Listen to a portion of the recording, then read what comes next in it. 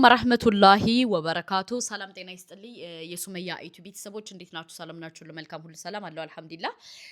ዛሬ እንግዲህ በጣም ከገረመኝ ነገር እስኪ አንዳንድ ነገር እኔም ልናገር። ገነት ንጋቱ አንድ ወንድማችንን ይዛ መታ ኢንተርቪ አድርጋ ነበር። በዚህ ደረጃ ግን ብዙ ጊዜ ገነት ንጋቱ በቃ የምታመጣቸው ነገሮች ሀሪፍ ሆኖ እያለ ግን ማለት እኔ አላቅም ለየት ያለ ነገር የወጣን የምታመጣ ገባችሁ? እና ገነት ንጋቱ ያመጣችው ነገር ምንድነው ካላችሁ አንድ ወንድማችን እንግዲህ እንደማንኛውም ሰው እንትን ነው አርቲስት ነው። ሜቢ ሰውነቱ እንትን ብሏል ማለት ነው። እስቲ ቆይ ሰውነቱ እንደዚህ አባብጧል እና ኢንተርቪ አድርጋ አምታው ነበረ። እስኪ ላሰማችሁና እኔም ሐሳቤ ልስጥ በጣም ስለገረመኝ ነው።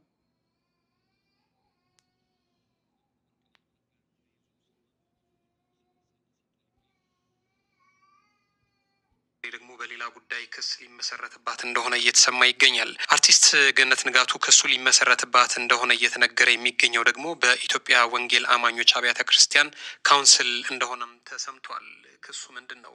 ለክሱ ዋነኛ ምክንያት ነው የተባለው ጉዳይ ደግሞ ከአርቲስትና የማስታወቂያ ባለሙያ ከነበረው ከሞዴል አንተነህ ጋር የልብ እውነት በተሰኘው የዩቲዩብ ዝግጅቷ ላይ በተነሱ አወዛጋቢና እጅጉን አነጋጋሪ በነበሩ ርዕሰ ጉዳዮች ሳቢያ መሆኑም ደግሞ ታውቋል። ከዚህ ጉዳይ ጋር ተያይዞ ታዲያ ዋነኛውን ነገር የተናገረው ግለሰቡ ራሱ እያለ አርቲስት ገነት ንጋቱ ተጠያቂ የምትሆንበት ምንም ምክንያት የለም።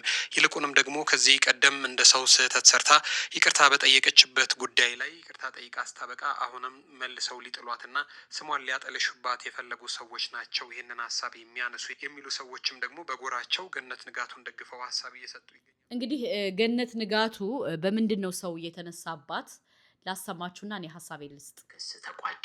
ካውንስሉ ትዕግስቱን ጨርሷል ተብሏል። ቪዲዮው ሲሰራጭ እንዲህ ያለ ከባድ ማዕበል ያስነሳል ብሎ ማንም አልጠበቀም ነበርም። የኢትዮጵያ ወንጌል አማኞች አብያተ ክርስቲያናት ካውንስል ዝምታውን ሰብሮ ቁጣውን ገልጾታል። ታይቶ በማይታወቅ ሁኔታም ከባድ የሚባል የሕግ እርምጃ ሊያስወስድ የሚችል ክስ ሴክስ ፊልም ሊያሰሩ ነበር።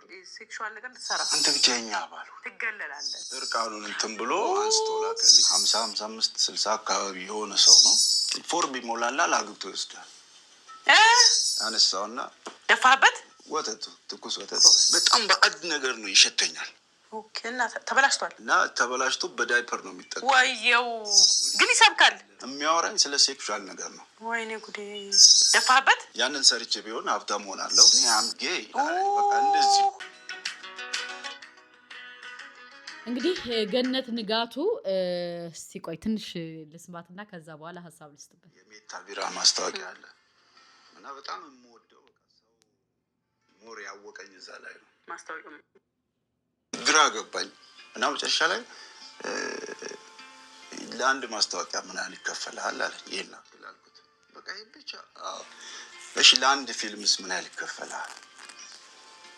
ይሄን አልኩት። በቃ እቺ ብቻ። እኔ በአንድ ቀን ማጠፋት አይደለች ምናምን። አይ ሊሆን ይችላል ፍቅሩም ስላለኝ እኔ ከፈለኛ ይከፈለኝ ምናምን እለዋለሁ። እሺ ሙሉ ፊልሙ ፕሮዲስ ለማድረግ ስንት ይፈጃል? ይሄን አክል ምን ያህል ይገርማል። እኔ ሚዲያ ላይ አይቼህ በአንተ ውስጥ እኔ ራሴን ስላየው ነው ምን ያስጠራው እና የሚያወራኝ ቀለል አድርገው ነው። ምን መሰለህ እኔ ረጅም ዓመት አሜሪካ ኖሬያለሁ እና አሜሪካ ደግሞ ካወቃት በቃ ፍሪደም ያላት እንትን ነው። እና አንድ ቤተሰብ ልጁ የፈለገውን መሆን ይችላል። ወንድ አገረድም ወንድም ይውደድ ሴትም ትውደድ ነፃ ይሆናል። እና እኔ ደግሞ እዛ ብዙ ለፍቻለሁ፣ ሀብት ንብረት አግኝቻለሁ። እና ምን ልልህ ነው እኔ አምጌ በቃ እንደዚህ ብዬ ወተቱን እየጠጣሁት ነበር። እውነት ለመናገር ከባድ ነው። ለምን እንደዚህ አይነት ነገር ለምን እንደምታረግ አላውቅም። እሷም አስባበት ነው አልማበት ነው በቃ እንደዚህ ወይም አነጋጋሪ እንዲሆን ስለምትፈልግ ነው አላውቅም። እስኪ እንስማ። ወንድ አገረድም ወንድም ይውደድ ሴትም ትውደድ ነፃ ይሆናል። እና እና እኔ ደግሞ ሁላ እንደሱ ፕራውድ ነው ያወሩ በኢየሱስ እኔ ደግሞ በፌስቡክም በቲክቶክም እንደዚህ አይነት ነገር በጣም ነው የሚፈታተኑ ይመጡብሃል። አዎ በቃ እንደዚህ ነው እንደዚህ አሁን የሆነ ሰዓት ብር የሚልክልኝ ሰው ነበር እንደዚህ ዝም ብሎ እያወራኝ አይዞ በርታ እኔ ከህፃንነት ጀምሮ አውቃለሁ ምናምን ሲለኝ የመሰለኝ ዘመድ ነው።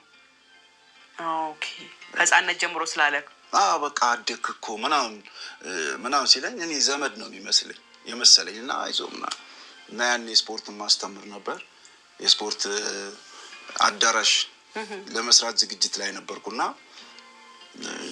ፌስቡክ ላይ ተፖስቶ ነበር እንደዚህ ደግሞ ልሰራ ያሰብከውን አይቼዋለሁ ምናምን ነገር ሲላ በቃ የቤተሰብ እንትን ነው አይዞ ቤተሰቦችን ቢሞቱ እኮ አንተ አሁን ደርሰሃል ምናምን እያለ በቃ ይመክረኛል ማለት ነው። እኔም እንትን አልኩት እና ስልኬ ስዘጋውላ እንዴ ለምን ዘጋ ምን ሆነ አስጨነቀኝ ምናምን ይለኛል። እኔ ማስበው በቃ የቤተሰብ የእናቴ ወይም የአባቴ ዘመድ ነው ማለት ነው። የማላውቀው ዘመድ ነው ብለም ታስብ እንደዛ የሚያቀኝ ሰው ብዬ ነው ማስበውና ምን የሚቸግር ነገር አለ ምናምን አይ እንደዚህ እየሰራ ነው ችግር የለውም ምናምን ብሎ ብር ላከልኝ ወደ 2 ጊዜ ላከልኝ። ከዛ በኋላና እንዲህ ከቤተሰብ ከሲስተር ከባለቤቷ ምናምን ተሰብስበን እራት እየበላ ደወለ ቀጥታ ከውጭ ነው እዚህ ውጭ ነው አሜሪካ ኦኬ እሺ ከዛ ሄሎ ምናምን አልኩት ብራኑ ይባላልና እንዴት እናንተ የሰላም ነው አለው በቅርቡ ልመጣ ነው አለኝ። አረ ደስ ይላል እንግዲህ ቤተሰቡ እየሰማ ነው ደስ ይላል አሪፍ ነው እንኳን ደህና እና አንድ ሰው ልኬልሃለሁ አንተም ወደዚህ እንድትመጣ ፈልጋለሁ አለኝ እና አንድ ጓደኛዬ ወደዛ መጥቷል እና እሱ ይደውልልሃል ከሱ ጋር ያለውን ነገር ታወራለህ እኔ ብሩን ለሱ ሰጠዋለሁ። አረ ነው ደስ ይላል እኔ ስቲል አሁንም ቢሆን ውጪ መውጣት ፍላጎት የለኝም። ኦኬ እንደዚህ ብዙም እንትን አይደለም ጉጉ አይደለም ጉጉ ይላል አልጓጓ አሁንም የትም ሀገር የሚሄድ ኦፖርቹኒቲ አለኝ መሄድ ይችላልው ግን ይሄ ውጪ የሚናፍቀው አይነት ሰው አይደለም እና አረ ደስ ይላል ነው በምን አይነት መልኩ ነው እንትን የሚለኝ ጠረጠርክ ማለት ነው እንትን አላልኩም አልጠረጠርክም በምን አይነት መልኩ ነው ምናምን ሰው ዛገር ዜጋ ነው ፎርም ይሞላላል አግብቶ ይወስዳል አግብቶ ይወስዳል መበላው ምግብ ማጣቃቴ